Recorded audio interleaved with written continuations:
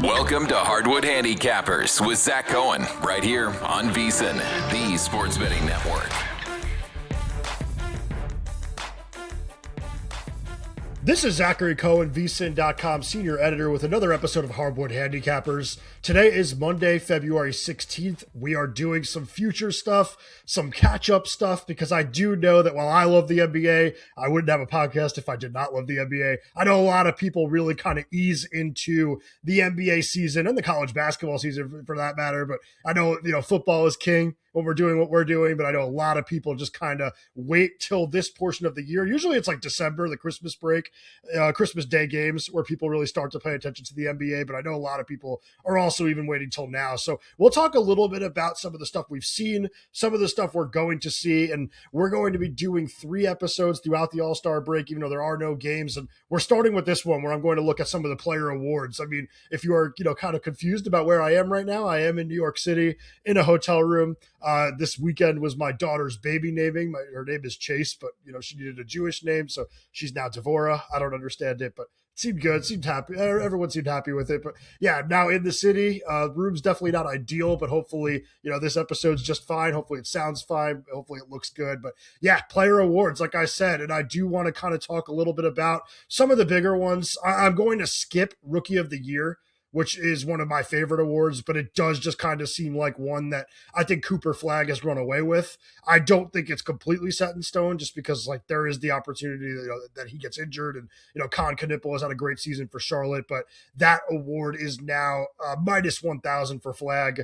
And if you've been listening to this podcast, you should have a little bit of action on both and be in a situation where you're going to profit pretty nicely with either one of them winning. So going to skip that one, and I'm going to start with most valuable player, which is down to the same 2 players that it kind of feels like it's going to be every year for the next 5 years, but it's SGA at minus 250, Joker at plus 300. I'm getting these odds from Bet Rivers today because it was a little bit harder for me to find odds in New York.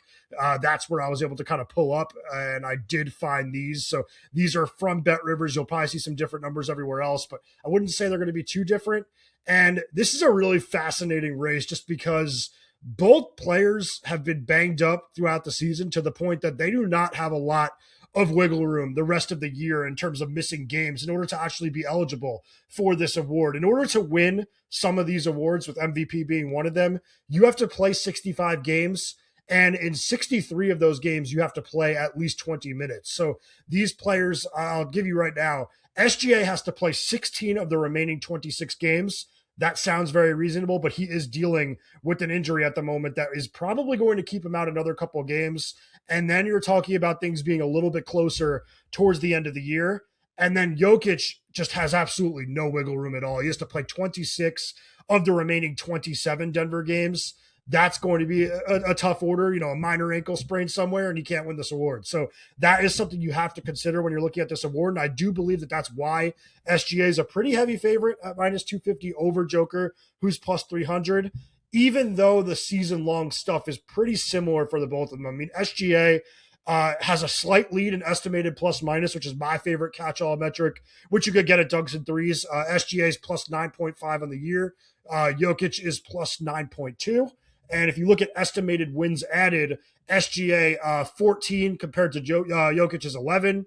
But then if you kind of look at some of the stuff at Basketball Reference, which I also think has some really good kind of catch-all metrics for the year, VORP favors Jokic. That's value over replacement player. 5.9 for the Joker, 5.7 for SGA.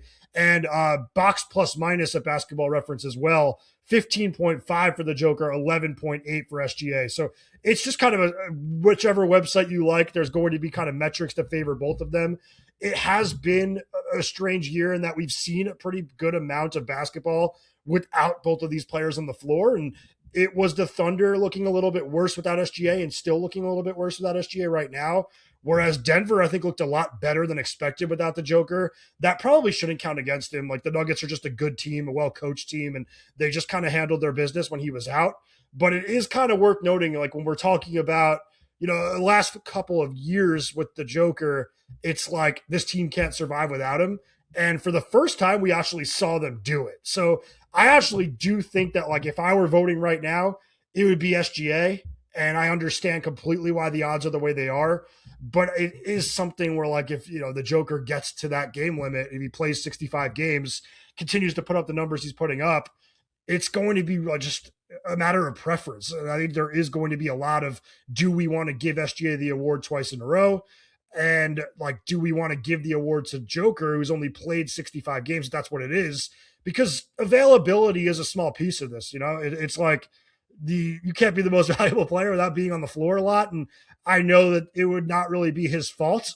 And like, that's why I really hate this rule, to be honest, but it wouldn't be his fault that he missed time. This isn't like a load management situation where Denver has been sitting Joker to rest him for the playoffs. He was legitimately injured. He had a knee injury that, if he played through it, which I don't even know if he could have, might have torn his ACL and like been out for the year. So this was a guy that actually needed to sit and recover. They did not waste any time bringing him back. So probably shouldn't be held against him. But if you are comparing the resumes at the end of the year, the fact that one guy was available a little bit more, if that's the case, should factor in at least a little bit. But I do think that overall, the game limit stuff should just go away. Like, it should just be voter discretion, I think, at this point, which maybe isn't fair because a lot of the voters probably don't watch as much basketball as they should or follow the league as much as they should. But like, you should know the difference between a player spraining their knee and being out 3 to 4 weeks and like Kawhi sitting on the second leg of back-to-backs, which is why we really have these rules, because of like load management with tanking teams and just teams that have injury-prone players like a Joel Embiid. Like, the voters should really know this stuff.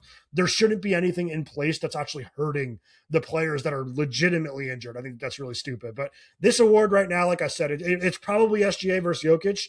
I will throw out, though, that like, it's not completely out of the question that both players don't end up playing 65 games, leaving the door open for somebody else to win at a really long number. And I've heard a lot of people talk on VSiN, like on our network, that maybe that's like a Cade Cunningham, maybe it's a Jalen Brunson. I personally really like Jaylen Brown's resume, and it's kind of funny because I'm a guy that really, really looks at advanced stats. And like I said, like, I'm a big dunks and threes fan. Really like to look at kind of like the catch-all metrics, things that kind of tell you how efficient a player is over the course of the entire season. And Brown has not been a favorite of the advanced analytics this year. But if you just kind of look at counting stats and just kind of realize that like efficiency is going to be a problem for a high volume scorer that is playing on a team that desperately needs him to create offense, it's just something that you really shouldn't be holding against him either. So Brown's a player that I think is interesting because he's averaging career highs in points per game at 29.3, assists per game at 4.7, and he's shooting 48.3% from the field on the highest field goal attempts per game of his career, 22.6. So he has not been inefficient, despite what some of these numbers might say. And I really do like to look at kind of like where teams were before the year and where they are now. And I just kind of think that if you're looking at stuff like that, Boston is one of the teams that has exceeded expectations by the largest amount. And that's really a lot to do with the play of Brown on both ends of the floor.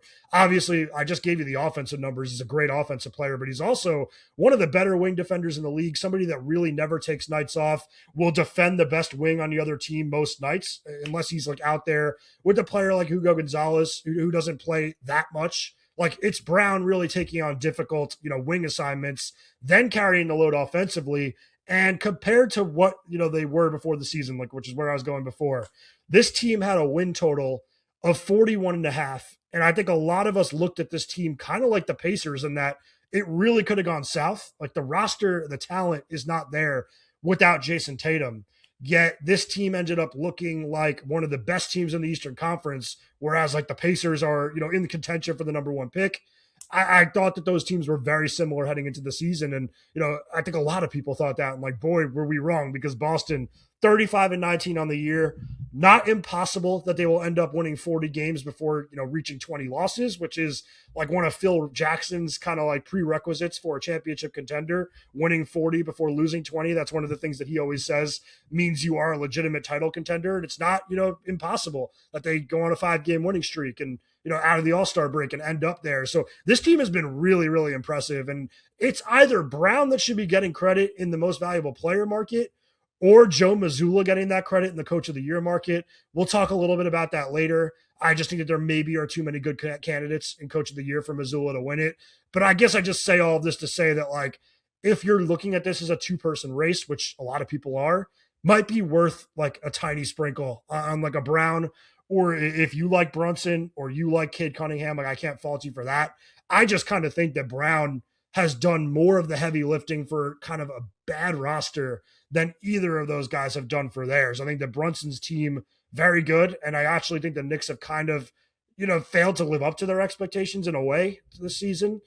And Cade, I just kind of think, for as good as he is, like that team is just awesome. They have a really good regular season roster and a really good regular season kind of style of play because of just the way that they defend every night. I know that Cade's been a huge part of winning games for them late in games. We'll talk about that later too. But I just kind of think that Brown has been, like, by definition, the most valuable to his team outside of the top two. And I really think that if you kind of looked at the big picture and kind of like took some of the catch-all metrics out of it, he's been as valuable to his team as anybody in the league this season. I'm a little bit surprised he's out there at 60-1. I think he's had a better year than that. Let's move on now to Defensive Player of the Year. Another one that's going to come down to injuries, I think. Like Victor Wembanyama's minus 305, I think is where I saw it. I believe that's where it was at Bet Rivers. But this is a guy that is going to have to play 25 of the next 28 games. He also played 17 minutes in one of the games. And I said before, you have to play at least 20 minutes in 63 of the 65, meaning like if there's a game he doesn't reach 20, that's like another failure, another thing that's going to be working against him when you're looking at this game threshold. And this is a player that I don't know how you can expect him to play 25 of 28, given what we've seen throughout his career. I know it's been a lot of kind of long-term stuff, some fluky stuff, like the blood clot really isn't his fault, but calf strain, that could happen at any moment. He could sprain an ankle. He could anything. Like anything could happen to this guy. His body is not perfectly designed for the regular season grind. And it's been way better lately. Ever since he came back from that calf strain, he's been looking a lot healthier and been doing a good job of being available for San Antonio. But man, I just have a really hard time getting there. At this current price, it's a complete stay away for me. I just don't know how you can lay this big of a number. I mean, he's been great. Like talking about the numbers, plus 3.2 in defensive estimated plus minus. That's in the 99th percentile of the NBA. He has an 8.9% block rate when looking at dunks and threes. That's the best mark in the entire NBA. Number 5 in the league in defensive win shares, despite not playing as many games as the guys ahead of him. So very well could be number 1 if he hadn't missed so many games. And first in the league in stocks per game at 3.59. That's steals and blocks combined. Number 2 in the league is Scotty Barnes at 2.89. There's just a wide margin when you're talking about like who the best defensive player in the league is. That's why Wemby is always going to be favored and favored in a big way. It's just always going to be a bet on health. Like until somebody else comes in the league that's like an absolute freak in this market, like it's just not going to happen for them. Like Wemby's going to win a ton of these awards over the course of his career as long as his body holds up. But I still think because of his body, there are kind of, value plays to be made. And I think the one that you have to make, it's one that we've talked about on this show before, at like 15-1 and 16-1. Now it's 20-1 because Wemby's played a little bit more. Rudy Gobert, 20-1. Like, I don't know how this is out there at this number, given the health concerns with Wemby. Like, if he does not reach that game limit, you're talking about a market that like says that Chet Holmgren is the favorite, but I don't know that I've heard that many people that actually believe that. Like OKC has all defensive team players, like, best 5 in the NBA or best 10 in the NBA at like every spot. And they have like 4 or 5 guys that are going to be on those teams like pretty much throughout the course of their career.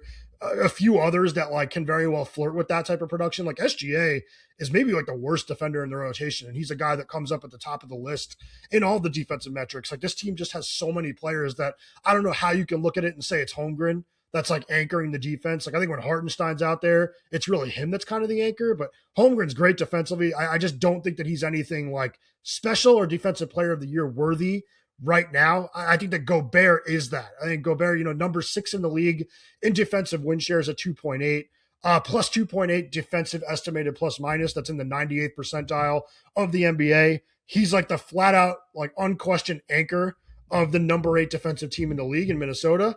And if you just kind of look at some of the on-off numbers for Gobert, it's absolutely insane. Like they're allowing 108.7 points allowed per 100 possessions when he is on the floor. That's in the 92nd percentile of best defensive lineups in the NBA. When he's off the floor, 121.2 points allowed per 100 possessions. That's in the 13th percentile, and like 121.2. You're talking about like you're allowing the best offense in the league essentially over the course of the entire season. Like 121.2 would be right there with the best offenses in the league like every season. So they're like one of the worst defensive teams in basketball when Gobert's off, one of the best teams in the league defensively when he's on. That's just a testament to how good of a rim protector he is still at this point in his career. And I know he's the butt of a lot of jokes, looks a little bit slow, can occasionally get played off the floor. Like, I still don't think that happens as much as people think. I just think that he's a victim of like being in bad highlights here and there, but just such a good defensive player, such an important defensive player. And if Wemby is not healthy, I have a hard time saying that anybody's been actually better than Gobert for their team this season. So 20-1 just feels like something that, like, if you haven't jumped on it with us yet, like I've talked about this a lot with Jonathan Von Tobel when he's joined me, this is something that I would want at least a little something on, even if it's like the tiniest dart throw. You don't want to kind of be in a situation where Wemby ends up missing the 65-game limit and Gobert wins. It was just like, it would almost feel too obvious. You just want to have a little bit of piece of it. Not so much that like you're upset if you lose, but just like a little dart throw, like a bonus bet, a little extra in the account. If you like, you know, some people like to be like, if they have $96 in their account, they like to have like even numbers, you know, throw $6 on it. You just have something on Gobert, because I really, really think that there's a chance that he ends up winning. If you're looking to sharpen your edge this NBA season, VSiN Pro is where to start. Get advanced analytics, player prop projections, and expert insights used by serious bettors every single day. Try it out for only $9.99 for your first month and see what smart bettors are using to beat the books. Head to vsin.com/subscribe and check out all of our subscription options. Let's move on now to Coach of the Year, which I briefly mentioned before. It's one where Mazzulla definitely deserves some praise, but I just kind of think, like I said before, there's a few too many options that I think are a little bit better in terms of, I don't know, like I said it before for Brown, that like there has not been a lot of players that have just kind of like dragged their team into contention from a place where like no one expected them there to be where they were. There are some of those candidates when you're looking at, you know, Coach of the Year, where it's like, we thought these teams were going to be god awful and they are, you know, fine or good. And like Jordan Knott's the one that I go to immediately. Granted, I'm a Suns fan, and like I definitely have a little bit of bias here, but Phoenix's win total before the year was 30.5. They're already over that number. They're 32-23 on the season. They are number 9 in the league in defensive estimated plus minus. Last season, they were 27th in the league. That is a massive leap on this end of the floor. And it's one where like you look at the roster and sure, like Dillon Brooks is a great defensive player, and bringing him in with his tenacity in place of Kevin Durant and like Bradley Beal being out the door, like I get it. There's a lot more intensity and overall the culture is better with the Suns. But that is like the test that says what Ott's been able to do, and just kind of making this team play a little bit harder, play within a better structure. And overall, they're just so aggressive defensively. And just, I don't think that the talent on the roster, like I said, is good enough defensively for them to be top 10 in the league. But they're there because Ott gets them to play hard every night. He knows what he's doing in terms of the scouting report, always has them prepared. And then even offensively, like they're number 14 in the league this year. They were only number 20 in the league last year, and I'll be upfront about saying that like the number was a little bit higher in terms of points per 100 last season, but not much higher. And that was a team that had Kevin Durant and even Bradley Beal. Like I don't want to sell Beal short in terms of like an efficient scorer. I know that there were a lot of problems with him in Phoenix, but like shooting was not one of them. Scoring wasn't one of them. He was, you know, very efficient as an 18-point per game guy. That team was more talented offensively last season than they are this year, yet there hasn't been that big of a drop-off, and there hasn't been a great like amount of availability in terms of some of the big players on this team. Like Jalen Green has barely been on the floor for the Suns this year, and that's one of the better offensive players on the team. That's a young, like borderline 25-point per game scorer in the NBA, somebody that's very athletic, you know, very good at getting his own shot from behind a three-point line, creating offense for himself, and just kind of getting easy buckets in transition and stuff. Like just not having him and still being a top 15 offense says a lot. And Booker's missed a ton of time. Like, so whether that's the ankle or the groin, like this has not been a guy that's been widely available. And he's one of the best players in the entire NBA. He was an all-star for a reason, and somebody that like every other coach in the league is dying to coach. But like the fact that this is a top 15 offense when Booker and Green have missed as much time as they have, you know, riding like Dillon Brooks to a career year, Colin Gillespie to a career. That's kind of the theme of what Ott has done with this team, is that like every player in the rotation is having the best year of their career. And that's because Ott has put them all in positions to succeed. And I just think it's going to be really hard for him not to win. Even though JB Bickerstaff is the favorite in the market at minus 140, I've talked about why I think it's going to be Ott over Bickerstaff. And it's because Detroit, while they're exceeding expectations 100%, like I can't take away anything from the success that they've had this year. They're number one in the Eastern Conference. They're probably going to finish number one in the Eastern Conference, and they definitely look like a threat to represent the East in the NBA Finals.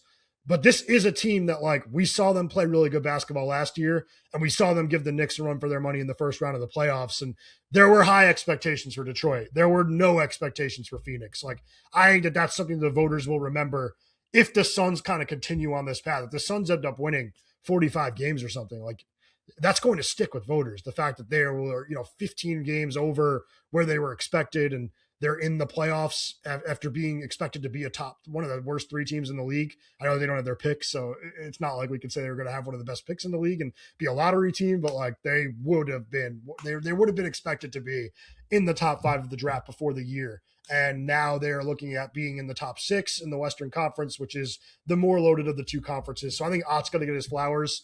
And if I was not betting Ott, I still wouldn't be betting Bickerstaff. I'd be looking Mitch Johnson or Charles Lee.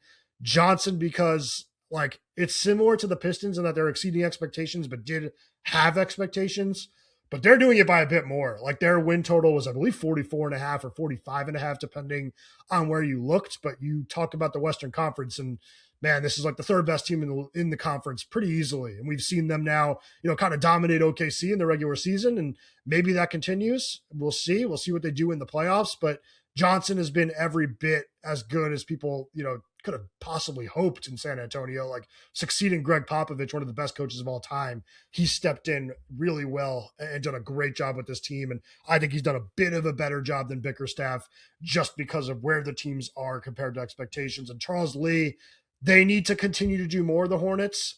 But what we've seen over the last month and a half, if that continues in any capacity, he deserves his flowers too, because Charlotte, win total is 25.5, and this has been like the 4th best team in the Eastern Conference for a couple months now. And if that continues, that's another job like Ott, where it's like you've really, really kind of smashed it out of the park when you were expected to like not even hit a single, like bunt, like move a guy over. Like there was nothing for this team. Like you've just completely smashed it out of the park. Like I said, it's like this is a grand slam. And I think that Lee has them going in the right direction. I think that Johnson and Lee both have really strong cases for coach of the year. I think Bickerstaff has a good, case in any other year. And Missoula, like all these guys have done really good jobs throughout the course of the year. But I just kind of think it's Ott. I think the plus 425, great value considering what we've seen already and what we think we can continue to see, because they are healthier. Booker's coming back. Booker is back, actually, was in the All-Star game, has played the last few games, looks great. Green is back and has had, a week of All-Star break to kind of continue to get his hamstring in a better place.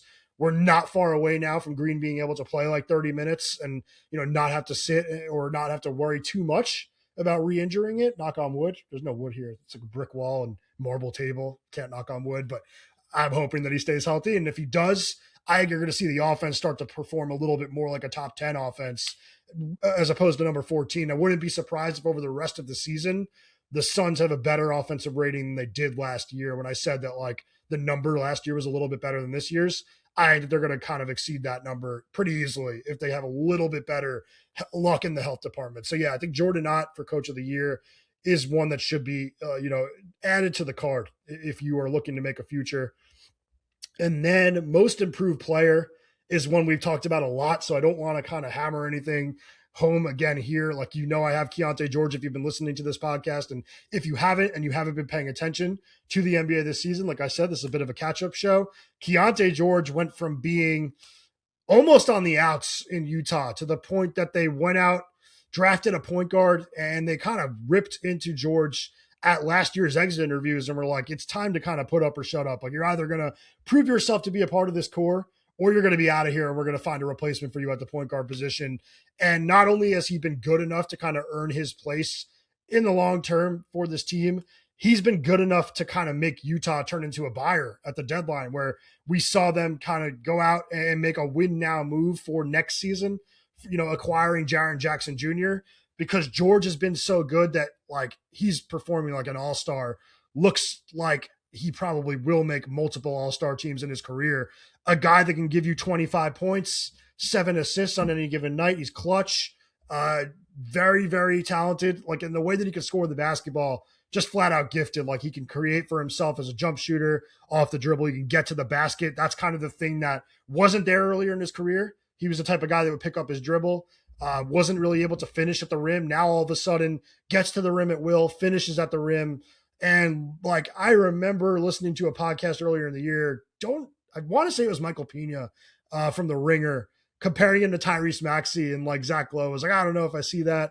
I think that I would have said the same thing if I were Zach Lowe on that podcast, but like all of a sudden I do kind of see it. That was a great call comparing him to Maxey, because very similar impacts on the game. So I just kind of think that George has kind of turned himself from, I don't know, like what was Cody Rhodes? This is another, I always do wrestling references, even though people don't watch wrestling, but Cody Rhodes said he went from like undesirable to undeniable. That's kind of what Keontae George did. This is now a team that has a pretty clear core of Keontae George, Lauri Markkanen, and Jaren Jackson moving forward. And the fact that George has been able to play his way into that conversation shows you how much he's improved. And I don't think that any player in the league has made even close to the year-over-year improvement that George has. Yet at the same time, you see Denny Avdia at the top of the board. So that's kind of where I wanted to go with this, is that he's like minus 120 at Bet Rivers. Maybe you could find a better number elsewhere. But if you've been on this show with me and you've taken George, it might make some sense to put like 3-4 units on Avdia. I know that's a lot. You're tying up a lot of money in one award over the course of the season, but hopefully you guys have like good bankrolls in your account. You never want to have the situation where like you just keep putting everything on things and, you know, depositing into accounts. Like you want to be safe with your units and kind of stick to them and just be comfortable losing what you're putting on things. And hopefully you have enough to kind of be willing to put in a play like this over the future. Because if you've taken George at the numbers that we've given him out, which was like 35-1 in November, 25-1 again a little bit later, and now, you know, if you want to take him, it's 15-1. I still think that that's worth a play. You should be able to put 3 or 4 units on Avdia and just say, yeah, I'm going to win like 10 at least if George wins, or I'll win, you know, a little bit if Avdia wins. And I'm not stuck in a situation where I just got screwed on George not winning because Avdia won. Avdia has been improved this year. Like he was an all-star, best player on the Blazers, Blazers team that I like. But I do think that Portland and Avdia, it's more of a situation of like Avdia's just had a way bigger role this season than he had last year. If you kind of look at his like percentages and stuff from last year to this year, very similar. It's just increased volume. And there is something to be said like about how impressive it is to kind of keep your percentages high on increased volume. But I just don't think that there's been the same kind of like skill development that there's been with George, and just kind of like coming out of nowhere that there was with George. Like I said, George was like not that far away from being played out of a rotation last year for one of the worst teams in basketball, and now he's a borderline all-star. Avdia was like a high quality role player and somebody that was playing kind of like an all-star the second half of last season. And it just isn't that surprising when a player makes that like borderline all-star to all-star jump. Having said that, that is the kind of player that wins the award.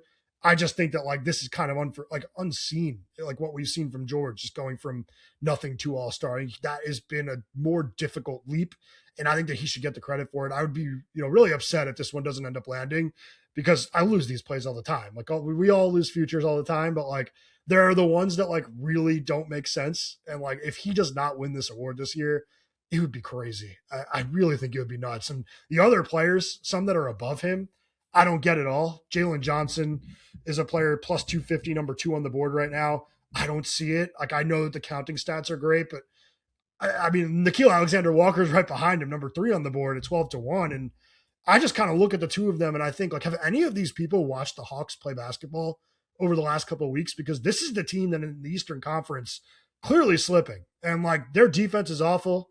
Jalen Johnson's defense is awful. That's a big part of the reason that this team is not as good as they need to be. And I just don't think Nickeil Alexander-Walker's done that much different. This is kind of like Avdia, and that is just a major increase in responsibility, going from being, you know, a bench player for Minnesota to a starter in Atlanta. But like, this is a bad team that like, I just don't think that they should be rewarded for anything in terms of like individual player performances, especially if there are flaws with those players. Not really seeing that. Like I think it's just way different what we've seen out of both Avdia and George and what we've seen out of those two Hawks guys.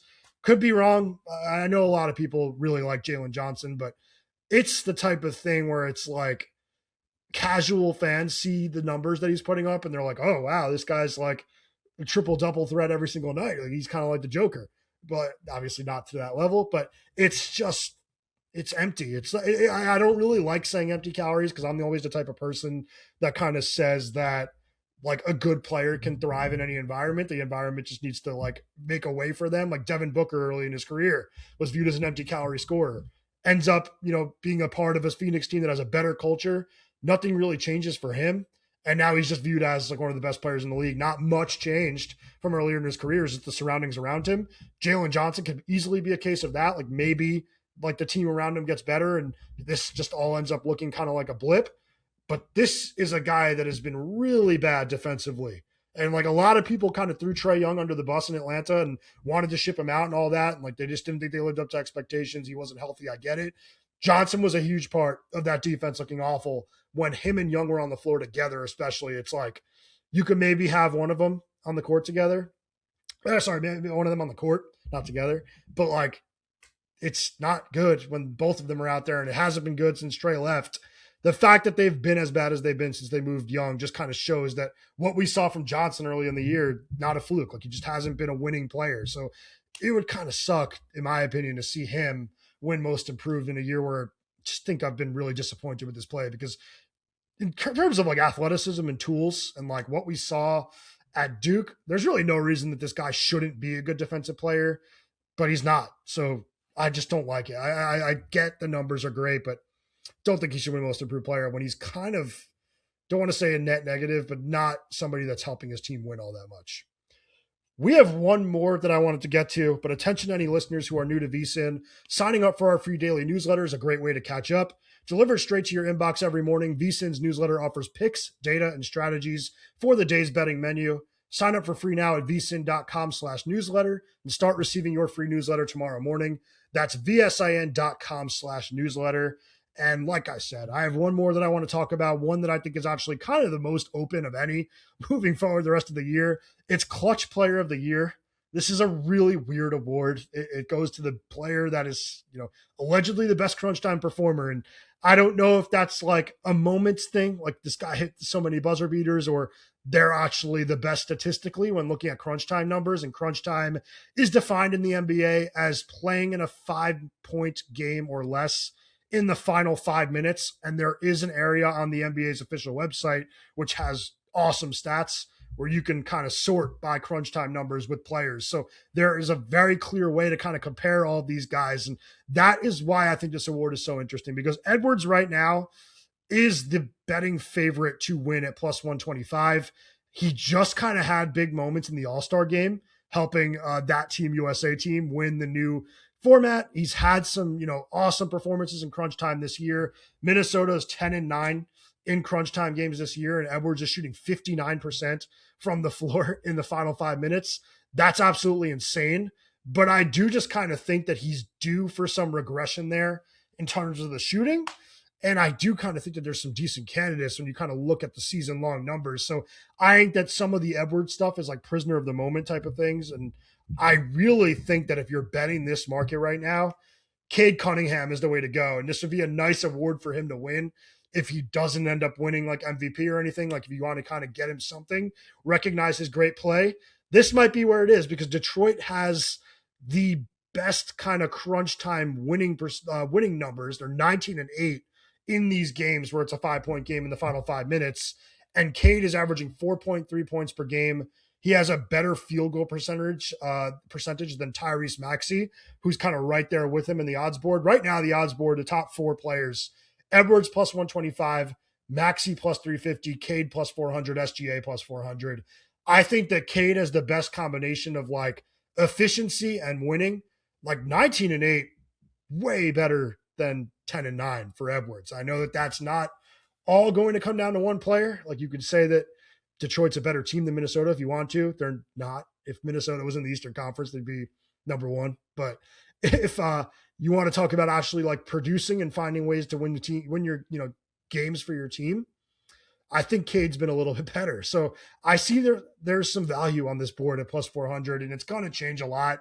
And this is going to be the type of one that like it's wonky. Like at the end of the year, like I just don't think a lot of people pay attention to it. And I just kind of wonder if, like I said, if it's like people think of Edwards right now as the guy because just had some big moments in the All-Star game, has had a good season in crunch time this year, has hit some big shots, has the field goal percentage. But if people really do their sorting at the end of the year, if they're like, oh, I haven't really thought about clutch player of the year that much, let me go to that NBA.com thing, sort by crunch time, and just kind of click around.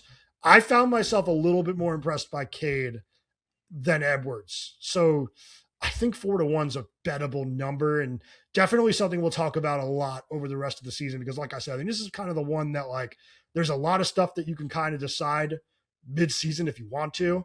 This is going to have a lot kind of twists and turns left the rest of the year. So I think Cade Cunningham at plus 400 is worth a look, but hopefully that was helpful. I mean, we talked about 5 different markets, 5 different player awards. And if you have any other questions for me, tweet me at betting on X. Happy to answer if I have some time. It is a little bit chaotic over the next couple of days. I'll be back in Arizona tomorrow, Tuesday night, and way more settled and way more prepared to just kind of get picks out, answer everybody, do my research, but still will try to answer if you tweet at me. If you have questions about awards markets, happy to answer. Always happy to kind of respond on Twitter. You could also leave mentions like in YouTube if you want. Spotify or Apple, a little bit harder to check the comments, but if you are watching on YouTube, definitely feel free to just drop comments and I'll check it out. I'll try to answer when I can. Or like I said, betting on X on Twitter, easy enough to remember.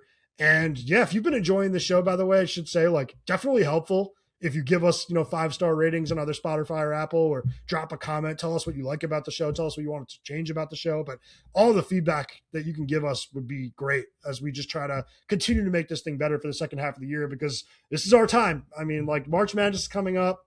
That's definitely going to be kind of the star of the show at VSiN for at least a couple of weeks, but like, there's no NFL right now, no college football. I know the NFL draft will be a big part of our coverage, but we're going to be doing more NBA, and that means that like Hardwood Handicappers, big part of what we're pumping out at VSiN. So please help in whatever way you can with feedback. Tell me what you want to see on the show. If there's anything you'd like to see me add, I know I do a lot of game by game stuff. I do a lot of futures talk, but if there's anything different that you want to see from us, just, yeah, like I said, shoot a comment, drop a comment in Spotify, Apple, wherever. We'll find it, and we will try to find ways to incorporate it. Like we're open to making some changes and trying to figure this thing out, but really happy with the way this has gone so far. The All-Star break is a good time to just kind of relax a little bit, but also a really good time to kind of pump out content. So make sure you join us for a Tuesday episode of Hardwood Handicappers, where we'll be diving into the Eastern Conference. But yeah, we'll also be back Thursday once games return.